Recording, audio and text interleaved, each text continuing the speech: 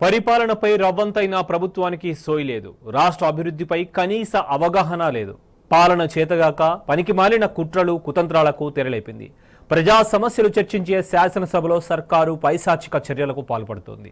ప్రతిపక్ష నేత స్థాయి తగ్గించేలా కురచ పనులు చేస్తోంది.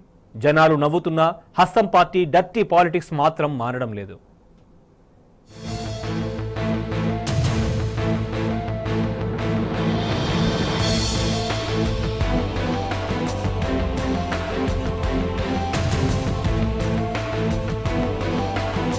కాంగ్రెస్ పార్టీకి పరిపాలనపై ఈసమెత్తు అవగాహన లేదు.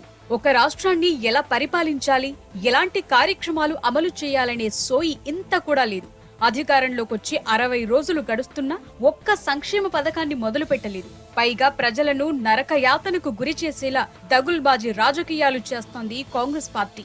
రాష్ట్ర అభివృద్ధిపై కనీస అవగాహన లేకుండా కాంగ్రెస్ సర్కార్ పరిపాలన చేస్తోంది. అభివృద్ధి కార్యక్రమాలను పక్కన పెడుతూ కక్షపూరిత రాజకీయాలకు తెరలేపుతోంది. అధికారంలోకి వచ్చి రాగానే గత కేసీఆర్ ప్రభుత్వంపై బురద జల్లే కార్యక్రమాన్ని పెట్టుకుంది. రాష్ట్రం అప్పుల పాలైందంటూ శ్వేతపత్రాల పేరుతో డ్రామాలాడింది. పరిపాలన చేయమంటే కాంగ్రెస్ మంత్రులు విమర్శలు మాత్రమే చేస్తూ చేతులు దులుపుకుంటున్నారు. ప్రజలు ఇబ్బంది పడుతున్నా పట్టించుకోవటం లేదు.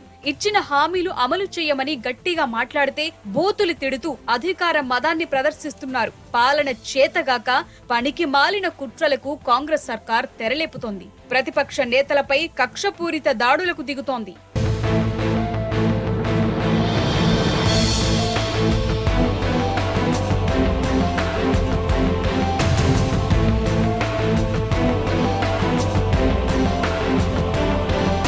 పాలన కంటే కక్ష సాధింపు చర్యలకే అధిక ప్రాధాన్యమిస్తోంది కాంగ్రెస్ ప్రభుత్వం. ఎన్నో ఏళ్ల నుంచి కొనసాగుతూ వస్తున్న సంప్రదాయాన్ని తుంగలో తొక్కింది. బీఆర్ఎస్ పై కాంగ్రెస్ సర్కార్ కక్ష సాధింపు చర్యలకు దిగింది. అసెంబ్లీలో ప్రతిపక్ష నేత కేసీఆర్ ఛాంబర్ ను కాంగ్రెస్ సర్కార్ మార్చేసింది. ఏళ్ల తరబడి ప్రతిపక్ష నేతకిస్తున్న కార్యాలయాన్ని కాకుండా చిన్న రూమ్ ను కేటాయించింది.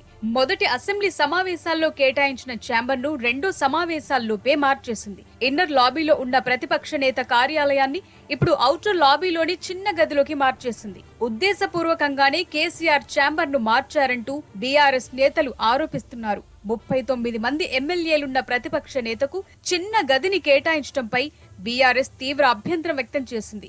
ఇదే విషయంపై బీఆర్ఎస్ ఎమ్మెల్యేలు స్పీకర్ గడ్డం ప్రసాద్ ను కలిసి తమ అభ్యంతరాలను వ్యక్తం చేశారు. తమ ప్రభుత్వం ఉన్న సమయంలో కాంగ్రెస్ కు 5 సభ్యులున్నప్పుడు కూడా ఎల్ఓపి ఆఫీస్ ఇచ్చామని గుర్తు చేశారు. అనాదిగా వస్తున్న సంప్రదాయాన్ని పాటించాలని, ఇలాంటి చర్యలు మంచి పద్ధతి కాదన్నారు ప్రశాంత్ రెడ్డి. మేము ఉన్నప్పుడు కేవలం కాంగ్రెస్ పార్టీ వారు 5 సభ్యులు ఉన్నప్పుడు కూడా ఆ ఎల్ఓపి ఆఫీసును వాడుకోవడానికి వారికి అవకాశం ఇచ్చినాం. కానీ వాళ్ళ 39 మంది సభ్యులు ఉన్న బీఆర్ఎస్ పార్టీకి ఉన్నటువంటి ఎల్ఓపి ఆఫీస్ని అది తీసుకొని ఓకే తీసుకుంటున్నారు, నో ప్రాబ్లం. ఎంతైతే ఇంతకుముందు ఉండేనో అంత స్పేస్లో 1/4 కూడా లేదు ఇప్పుడు ఇచ్చింది.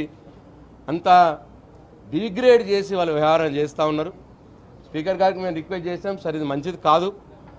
మీరు ప్రజాస్వామ్యంలో ప్రతిపక్ష నాయకుడు అసెంబ్లీ మట్టుకైతే సభానాయకుడు ఎంత గౌరవం ఉంటుందో ప్రతిపక్ష నాయకుడు కూడా అంతే గౌరవం ఉంటుంది. మరి వారికి అంత చిన్న రూమ్ ఇవ్వడం మంచిది కాదు. మరొక 3 మినిస్టర్ రూమ్స్ కలిపి రెనోవేట్ చేసి ఇవ్వండి అని చెప్పి రిక్వెస్ట్ చేసినాం. కాంగ్రెస్ పార్టీ తన అధికార మదాన్ని చూపిస్తోంది. బీఆర్ఎస్ ఎమ్మెల్యేలు గెలిచిన చోట ప్రోటోకాల్ పాటించడం లేదు. ఓడిపోయిన ఎమ్మెల్యేల చేత, ఆ పార్టీ సీనియర్ నేతల చేత ప్రభుత్వ కార్యక్రమాలను అమలు చేయిస్తుండడంపై బీఆర్ఎస్ నేతలు అభ్యంతరం వ్యక్తం చేస్తున్నారు. ఇటు గెలిచిన ఎమ్మెల్యేలకు కనీసం ఎస్కార్ట్ వాహనం కూడా ఇవ్వకపోగా ఓడిపోయిన కాంగ్రెస్ అభ్యర్థులకు ఎస్కార్ట్ ఇస్తుండటం కూడా వారి దురహంకారానికి నిదర్శనంగా నిలుస్తోంది. ఇటు కాంగ్రెస్ నేతలు నోటికొచ్చినట్టు మాట్లాడుతున్నారు. ప్రజాస్వామ్యాన్ని తూట్లు పొడిచేలా వ్యవహరిస్తున్నారు. త్వరలో 20 మంది బీఆర్ఎస్ ఎమ్మెల్యేలను చేర్చుకుంటామంటూ కాంగ్రెస్ నేతలు కామెంట్స్ చేస్తున్నారు.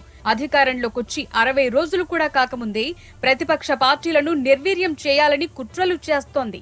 మీ ఎమ్మెల్యేలు కేసీఆర్ పక్కన వండుకున్నా సరే లేపుకొస్తాం. మేము రాత్రి పగలు కేసీఆర్ పక్కన పెట్టుకున్నా సరే 20 మంది ఎమ్మెల్యేలం ఎట్టి పరిస్థితుల్లో బీఆర్ఎస్ ఎమ్మెల్యేలము తప్పకుండా కాంగ్రెస్ లోకి వస్తున్నారు. ఇది మీకు ఇక మీరు మాకు పెడతారో మేము మీకు పెడతామో చూసుకోండి. ఇక కాంగ్రెస్ అధికారంలోకి వచ్చిన 2 నెలల్లో ఏ ఒక్క హామీని కూడా అమలు చేయలేదు. రైతు బంధు ఊసే ఎత్తటం లేదు. రైతు రుణమాఫీపై మాట కూడా ప్రభుత్వం మాట్లాడటం లేదు. నిరుద్యోగుల కోసం మెగా డిఎస్సీ లేదు. టీఎస్పీఎస్సీ నోటిఫికేషన్లు లేవు. పైగా ఇచ్చిన హామీలను అమలు చేయాలని డిమాండ్ చేస్తున్న విద్యార్థులను, నిరుద్యోగులను అర్ధరాత్రి, అపరాత్రి అనే తేడా లేకుండా అరెస్టు చేస్తోంది. ఆటో కార్మికులు నడి రోడ్డుకొచ్చినా పట్టించుకోవటం లేదు. రాష్ట్రానికి కేంద్రం బడ్జెట్ లో రూపాయి ఇవ్వకపోయినా గట్టిగా ప్రశ్నించటం లేదు. వచ్చిన 60 రోజుల్లోనే కాంగ్రెస్ పార్టీ డజన్ల కొద్దీ తప్పులు చేసి ప్రజల సహనాన్ని పరీక్షిస్తోంది.